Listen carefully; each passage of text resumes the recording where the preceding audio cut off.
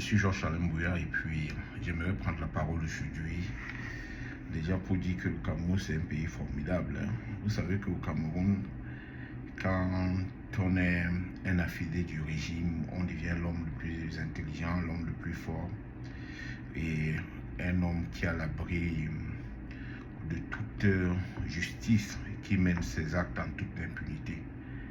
C'est pourquoi dans notre pays, vous allez voir, on va opposer Nyangono, qui ne sait pas lire une note musicale, à Richard Bona.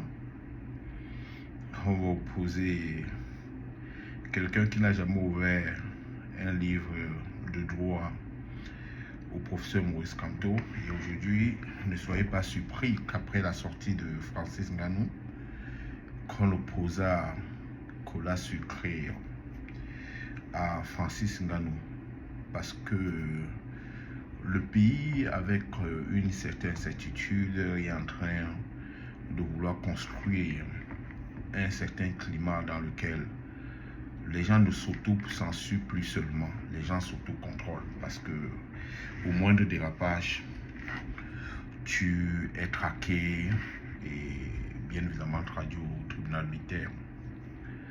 Je voulais tout simplement aujourd'hui vous parler de moi et j'ai intitulé par la leçon inaugurale cet entretien modération rupture, le choix qui façonne la vie. Je note d'abord que quoi qu'il arrive, on parlera toujours de vous, en bien ou en mal. Mais ce qui est bien dans notre vie de tous les jours, c'est que si vous inscrivez votre vie dans la modération, sachez que vous n'allez participer à aucun changement, ni pour vous-même, ni pour la société à laquelle vous appartenez. Ceux qui aspirent à un changement réel optent pour la rupture ou tout simplement la révolution, même si aujourd'hui le mot est galvaudé. Je voudrais partager une expérience personnelle qui a marqué mon engagement et mon recrutement au sein de l'Union des populations du Cameroun. J'ai dénommé UPC. Et tout commence un jour en classe de terminale C. Je suis bien évidemment élève au collège Raphaël Saker.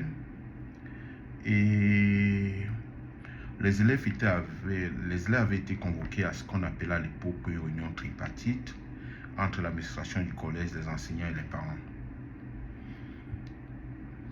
Avant d'aller participer à cette réunion comme élève en classe de terminale C, j'étais le chef de classe, nous étions concertés et nous avons dit que, compte tenu du fait qu'il y aura toutes les classes, certainement on va demander aux gens de prendre la parole et qu'il faut que de façon organisée, nous puissions lister toutes nos doléances et que le chef de classe que je suis porte la parole. Donc nous on est partis à cette réunion avec un porte-parole que j'étais et une doléance bien enregistrée et listée sur une feuille de papier. Et au cours de la réunion, les choses se sont passées comme nous l'avons prévu, c'est-à-dire à un moment donné, on a demandé aux gens de se prononcer, de prendre la parole, et dans un désordre indescriptible, les élèves ne pouvaient plus se maintenir. Et sur le coup, le principal de l'époque, M. Mandengue, nous a demandé de nous mettre à genoux et la censure était totale. Nous avions été condamnés à, je crois, 3 semaines de corvée au collège. Nous devions travailler les mercredis soirs pour 3 semaines. Nous, élèves en classe de terminale C, nous avons jugé que cette punition était très injuste, qu'elle ne nous concernait pas. Et nous avons décidé d'adresser une lettre à M. Mandengue, alors principal au collège Saker, pour lui exprimer tout notre mécontentement et refuser corvée commune imposée aux élèves. Alors cette lettre-là, une fois rédigée, il fallait qu'on puisse la déposer sur son bureau, loin du regard de la secrétaire. Et pour ceux qui connaissent un peu le collège Alfred Sacker, vous traversez la secrétaire pour arriver dans le bureau du principal. Donc il fallait monter une action clandestine, comme on dit souvent chez nous, et que la lettre apparaisse sur la table du principal. J'avais été chargé de déposer la lettre sur la table du principal en me faisant ignorer par la secrétaire. Cette opération clandestine a été menée avec une dextérité digne des enfants de Mbanga, parce que ce qui nous caractérise dans la vie de Mbanga, c'est la foi, c'est la détermination et c'est le courage. On dirait que Ernest Ouangi, lors de son arrestation, a dû sprayer ces trois valeurs-là dans la ville. Le principal, fou furieux, va chercher la main invisible derrière cette opération clandestine. Personne ne va me dénoncer. Et mon prof de maths, qui était par ailleurs notre professeur principal, va se rendre compte après quelques enquêtes que j'étais celui qui avait porté cette lettre sur la table du boss. Et il va m'inscrire dans ce qu'on appelle à l'UPC l'IPAS, sur la liste des IPAS, élément positif à suivre. Je vais le découvrir plus tard quand moi-même je serai chargé de ficher quelques-uns de mes camarades et mes amis.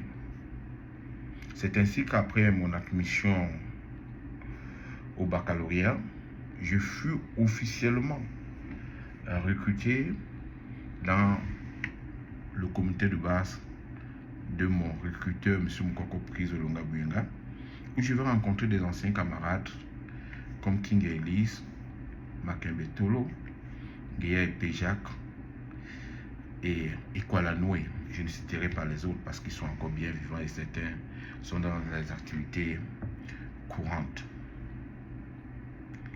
Et ce parcours militant m'a conduit à une discipline personnelle, à une perception très différente de la vie.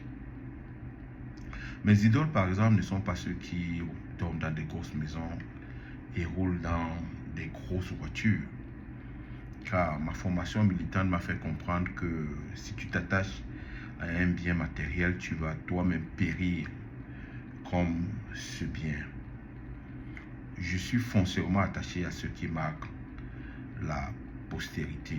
Et même le choix que j'ai porté sur le métier de l'enseignement, c'est un choix qui me permet de militer librement tout en façonnant l'avenir et aussi en participant à la construction du devenir de notre pays.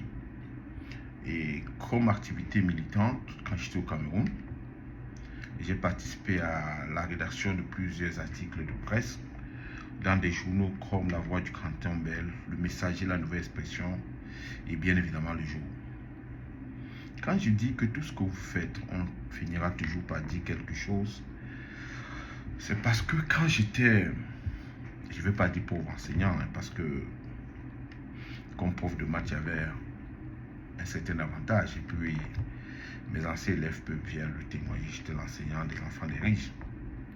Mais quand j'étais prof de maths et que j'écrivais, je parlais, les gens disaient, oh, tu te plains et tu veux qu'on casse tout parce que tu n'as rien.